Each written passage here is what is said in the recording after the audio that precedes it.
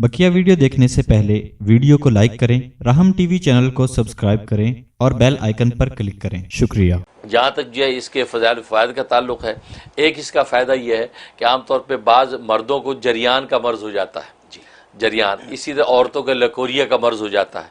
तो जरियान और लकोरिया के लिए बहुत मुजर्रब है कि रोज़ाना एक मरतबा तिलावत करके बदन पे दम करें और पानी एक कप दम करके पानी पी लिया करें।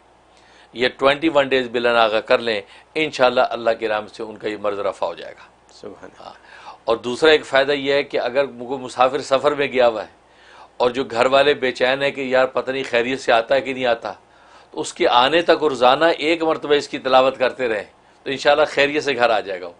महीने में या हफ्ते में या जो भी काम करने गया है कामयाब भी होगा और खैरियत से घर पहुँच जाएगा।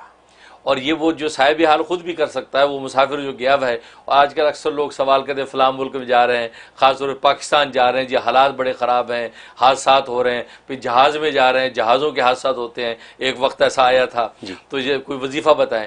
तो ये सूरह मुरसलात में ज़बरदस्त तासीर है कि रोज़ाना एक मरतबा सूरह मुरसलात तिलावत करके अल्लाह से खैर आफियत की दुआ करते रहें तो इंशाअल्लाह वो मुसाफिर पूरे काम काज निपटा के कामयाब होकर घर वापस लौटता है। सुभान अल्लाह। तो ये इसके अंदर नफ़ा मौजूद है।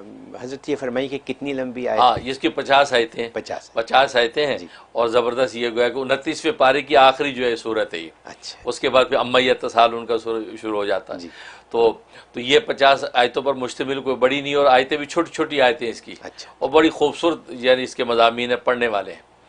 और एक इसका फ़ायदा ये है कि कोई बीमार है, उस बीमार को दम करना है कि इसकी एक तो ये कि जो दवाएं हैं और जो इलाज है इसके लिए मुअस्सिर साबित हो, दूसरा है कि इसको अल्लाह की तरफ से शिफा कुल्ली नाजिल हो। तो सूरत मुरसलात 3 मरतबा तिलावत करके रोज़ उसके ऊपर दम करें और उसके दोनों कानों में फूंके पानी दम करके पानी उसको पिला दें तो ज़बरदस्त तासीर है कि अल्लाह तबारक व तआला उस दवा या इलाज को उसके लिए मुअस्सिर बना देते हैं और मरीज़ जल्दी सही हो जाता है। ये इसके फ़ज़ाइल फ़वाइद।